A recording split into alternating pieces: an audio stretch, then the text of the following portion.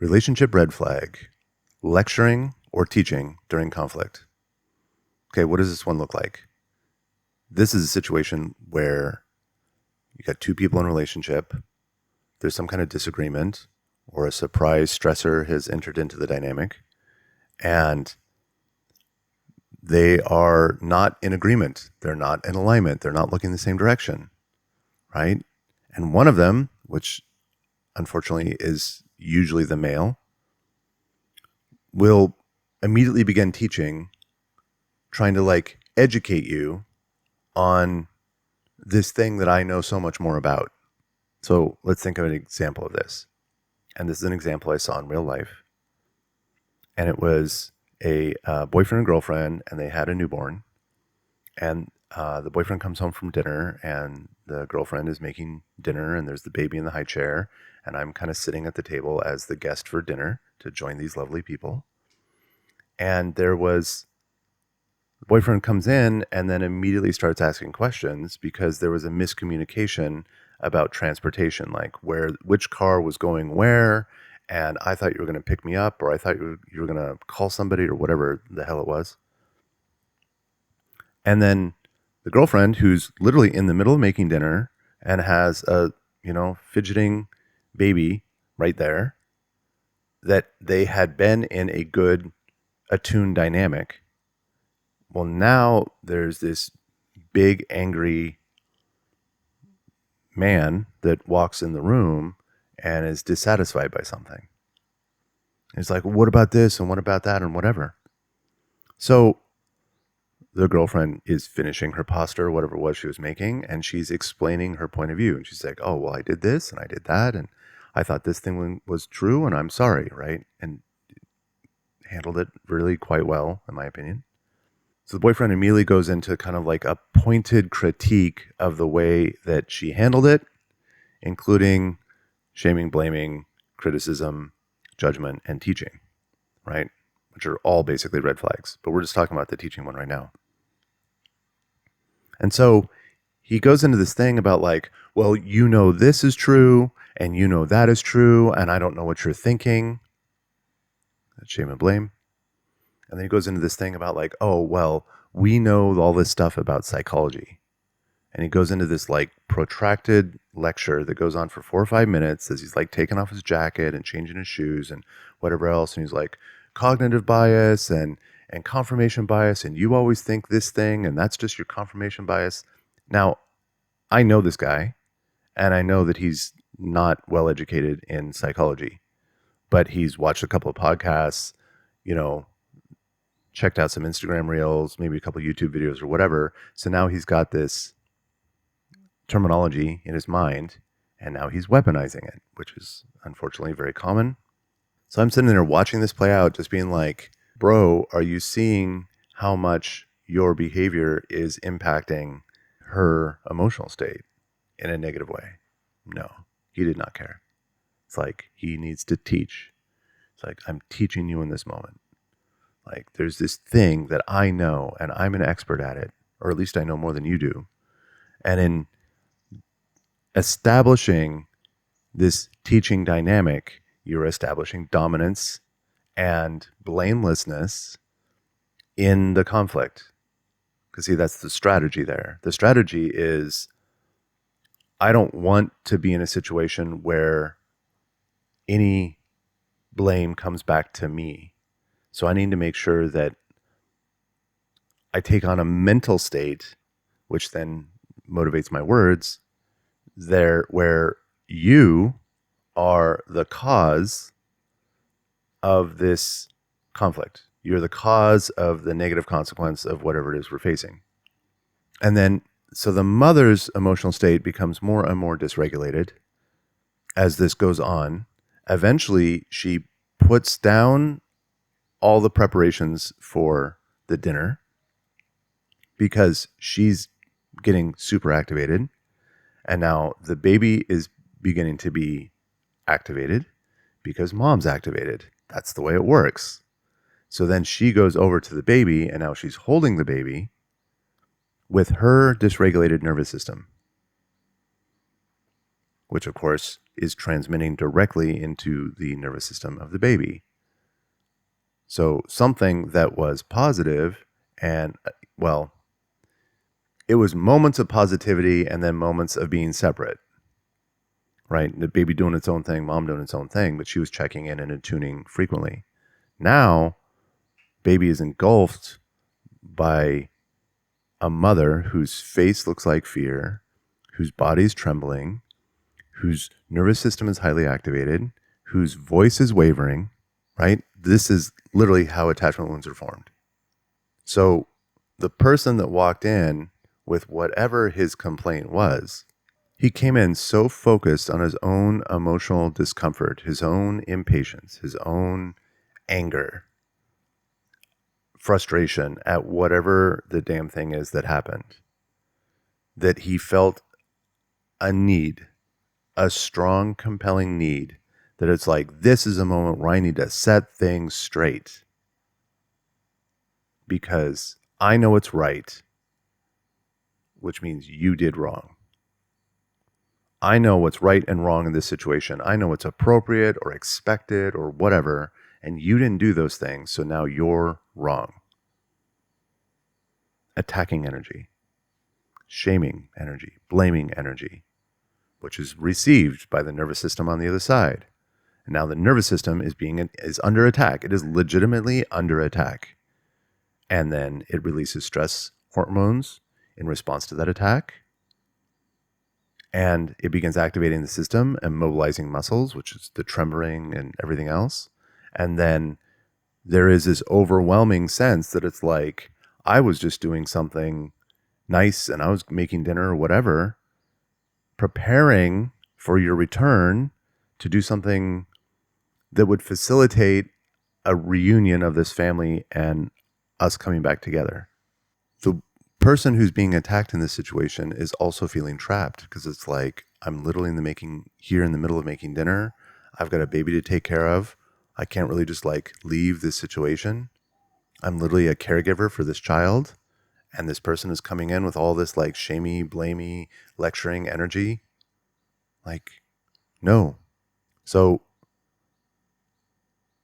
it's worth saying here that in my experience, both professional and personal, I've never seen this dynamic turn around. Now, if you have seen this dynamic turn around, a person who comes in with shamey, blamey, lecturing energy during conflict, and somehow that relationship morphed over time and therapy and effort and turned into something that was healthy and nurturing, I would really like to hear about that. So if you know something, please message me or leave a comment or something. But I've never seen that happen. And that's why I put this dynamic firmly in red flag territory. Because that relationship is not going anywhere. And in the case of this particular couple that I'm thinking of, I don't want to name names or call them out or do anything too specific, but I can say that years later, that couple was still in the same dynamic. There was no improvement. And these moments of conflict and dissatisfaction with life and their relationship in general, dissatisfaction remained high, and they stayed. And those children will show that later on. They probably already do. So what's the driving force behind this person that comes in with such critical teaching energy? And why is it so unlikely for that person to reach a point of true change to move towards a healthy relationship?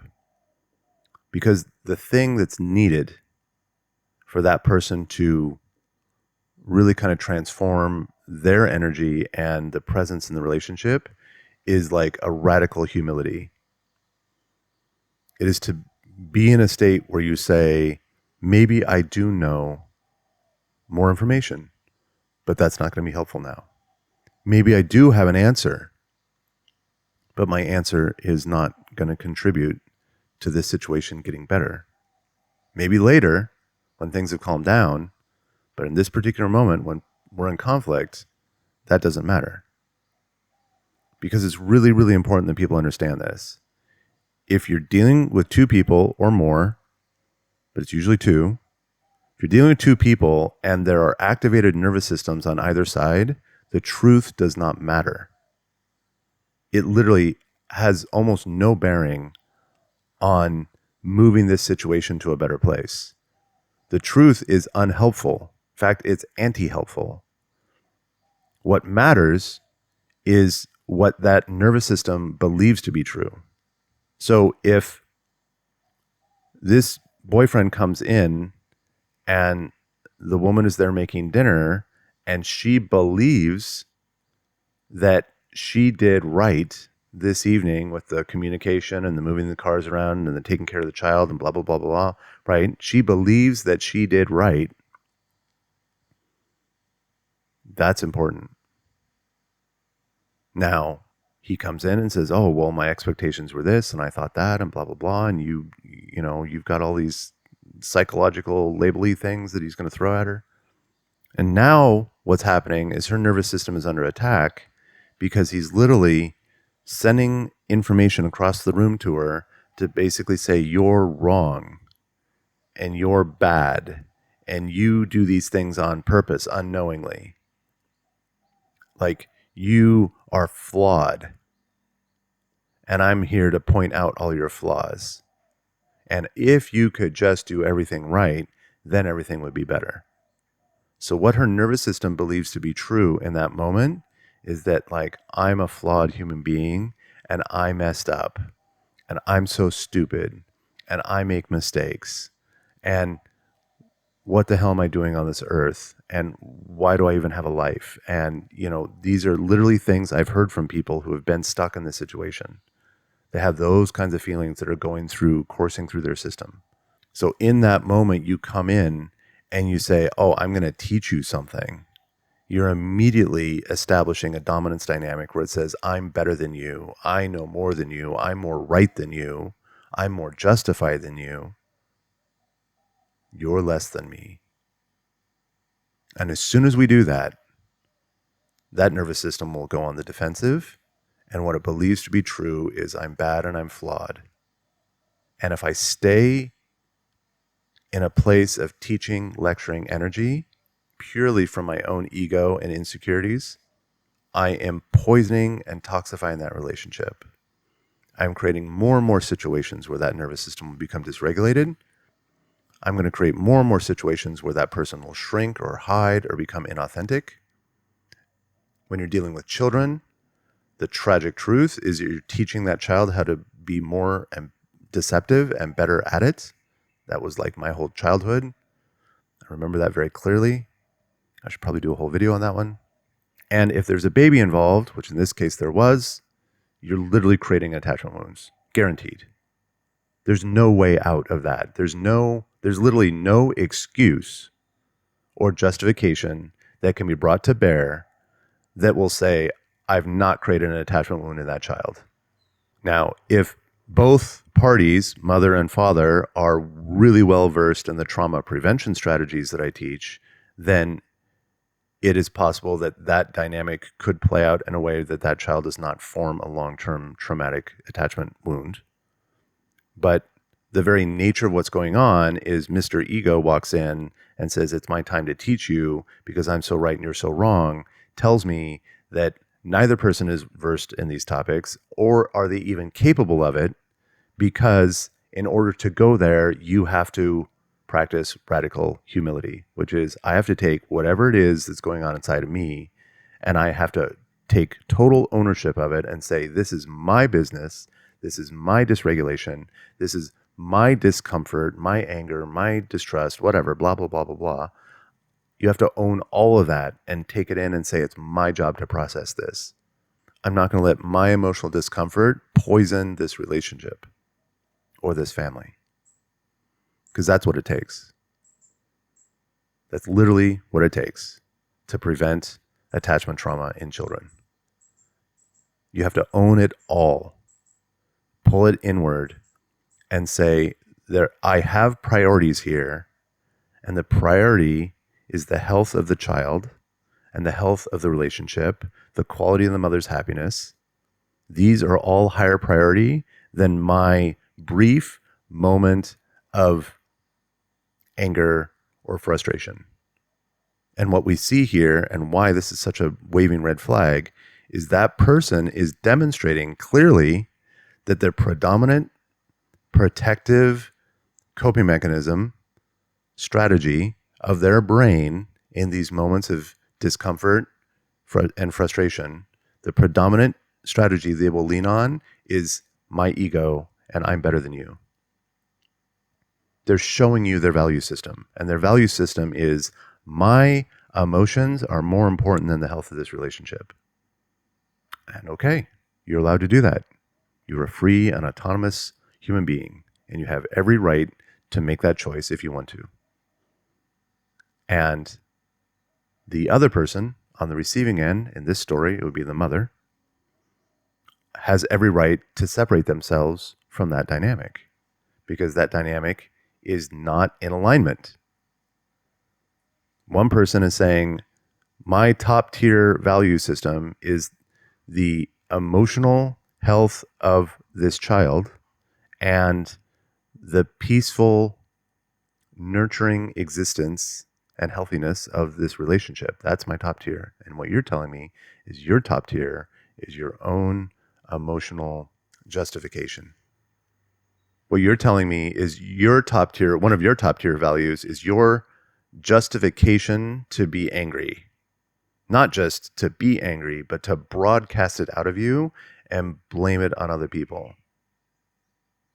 That's what you're telling me. You're showing me that this is one of your top tier values. So now we've got two people that are in relationship, they have a child, and their value system is not aligned. And both people feel justified. Both people feel like, I'm right, you're wrong. That's red flag territory. And it's one of the reasons why I believe that this type of dynamic, that one person walks in and says, oh, the thing that I'm going to do right now, because we are in a disagreement, my job right now is to teach you. I'm not going to be present with you. I'm not going to honor your emotions. I'm not going to hold space and be a place of calm, supporting energy and love as you go through a wave of shame and questioning and everything else. I'm not going to do that. That's not important to me. What's important to me right now is that I show you that you're wrong and that I know better. I don't know what else to say about this one. It is, and the whole reason I'm making a video on it is because I've seen it play out so many times. And then the person on the receiving end of it, we're talking or they're in a client session or whatever. I'm just like, well, that's a clear red flag. And there's like, it is? And I'm like, how do you not know this? But it's like, well, easy, because they weren't taught. They weren't trained. It's like, this is not entered into kind of pop culture mindset yet that this is such a raging red flag. There is a correct way to handle conflict if your goal is the continued existence of the relationship and the emotional health of all people involved. If that's your top tier, there are correct ways to handle conflict. And there are incorrect ways to handle conflict. There are ways that help the relationship become deeper, healthier, more nurturing, safer, higher chance of growth, resolution of trauma and attachment wounds, prevention of trauma and attachment wounds. There are ways of doing that. And then there are ways that are the opposite of those. You're creating trauma and attachment wounds. You're creating distrust. You're creating unsafety. You're breaking down established connections that are there, like toxifying the relationship.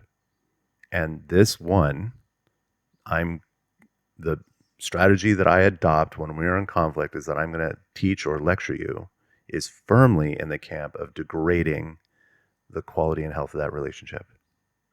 So if this is a situation you find yourself in, I really hope that this video has been helpful for you. I hope it has opened eyes and challenged your mind into looking at this with a new perspective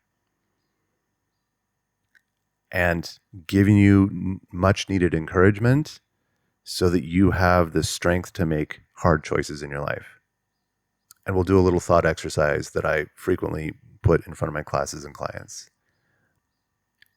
Imagine you're at your favorite restaurant or cafe by yourself, and then like a time portal opens up, like, from something like Terminator or, Marvel movies or whatever. And a time portal opens up and someone steps through and they walk right up to you and they say, I'm from 7 years in the future. And I'm here to tell you that it doesn't change. This relationship you're in does not get better. You're still having the same conflicts. You're still having the same fights. You're still having the same, like, the degree of dissatisfaction that you have right now, you have 7 years in the future. And you're all wrapped up together and you're still talking about, I don't know why I'm here, or, oh, but I love him so much. And you're still making all the same excuses, all the same justifications. And I just wanted to make sure that you know that. And now I'm off to save the world, right? If someone told you that 7 years from now you would be in the exact same state of dissatisfaction, would that change your choices for the rest of today, tomorrow, and the next day? Would it change the way you look at this relationship a week from now or a month from now? Because this is a very, very hard thing to do. And I've been there. And it is really not fun. But it's so amazing when you get to the other side. Liberating, freeing. It's amazing. Anyway, if we make this choice, when we say that this is a situation that I do not want to be engaged with anymore, and I'm going to begin making choices to separate myself from this situation, the person on the other side gets a very clear message. And oftentimes, unfortunately, their response to that message will be more aggressive, more attacking, more shamey, more blamey. And then, see, a lot of people take that in immediately because that's the nature of attachment wounds. And they say, here's this person I'm bonded with. And they're saying, I did a bad thing. And then it's just like we hear that and immediately give it credit or plausibility or support or whatever. We immediately believe it. That's activation of our shadow if you go with the Jungian approach. But we look at this a different way and we say, wait a second, I'm telling you, my most trusted companion, the person I built this life with, the person that like we have said we love each other so however many times, I'm telling you that I need to make choices for the health and betterment of myself and my future and maybe the future of our child, because I'm pursuing a situation that we have all the evidence to support is the health of our own nervous systems, which then cascades into many benefits in life. So I'm telling you, my most trusted friend and advisor, that this is a choice I feel like I need to make in order for my own safety and protection. And then that person comes back with attacking, shaming, blaming, distrust, labels, nasty words, whatever. We need to look at that situation and be like, wait a second, what do you actually care about here? Are you actually caring about me as an individual and the health and my well-being? Or do you just care about your own pride? Do you just care about your own emotional state? Like, what is it here that is motivating you to stay in this relationship to begin with? Is like, what I'm getting here is that you only care about me as long as I'm here providing a service for you. As long as I'm providing validation, approval, sex, a good picture for the social status in front of your friends. Because it's a tragic truth that oftentimes when a person finally reaches the point that they say, yeah, I really am deciding that this is not something I want to be close to anymore, and I need to make a different choice. I need to move my life in a different direction. That the true nature of that relationship reveals itself. And it really has been hiding this entire time. the true nature of this relationship has been, we have been in a transaction. You're here to validate me, and I chose you because of certain traits, personality or physical, that I saw. And you're here to validate me and to give me those benefits. And then I'm going to be here with you, and I'm going to give you these benefits in expectation that I get mine back, right? It becomes this whole transactional thing. It's like, yeah, sure, people can be sad when their partner is leaving, and they can go through grief, and it can be a very difficult process, sure. But if that process turns into attacking, blaming, dehumanizing the other, that was red flags the whole time. That's the unfortunate truth of it. And I work with people all the time that are going through this transition in their relationships. And I'm not kidding. Like, every time a person takes on this kind of dehumanizing emotional violence towards their ex, even when their ex really was a jerk and an act of, did terrible acts, every time they lean towards this kind of dehumanizing strategy, it's a bad sign. It's not just a bad sign for now, but what that demonstrates, or what we see as we begin to investigate that relationship moving backwards, is we see that that relationship was toxic the whole time. There was literally no point at which that relationship was healthy, nurturing, and supportive. There's no point at which that relationship would have been a good environment to raise a child. So, trends. I'm not saying it's 100% connection, but I'm saying that, like, statistical trending that I've seen in working with these relationships, that has been a very, very clear connection. So, yeah, I hope this has been helpful. I know I covered a lot of heavy stuff today, but someone out there, this is going to be the message for you, and I hope it changes your life. I hope it changes your life tomorrow, or even today. If you're one of those people and you're struggling, please reach out. There's people like myself and many, many others that focus on this stuff. We've got lots of wisdom and advice and support to share. You are not alone, and you can do this. I know it's scary, but you can do it. I wish you all the best. Peace.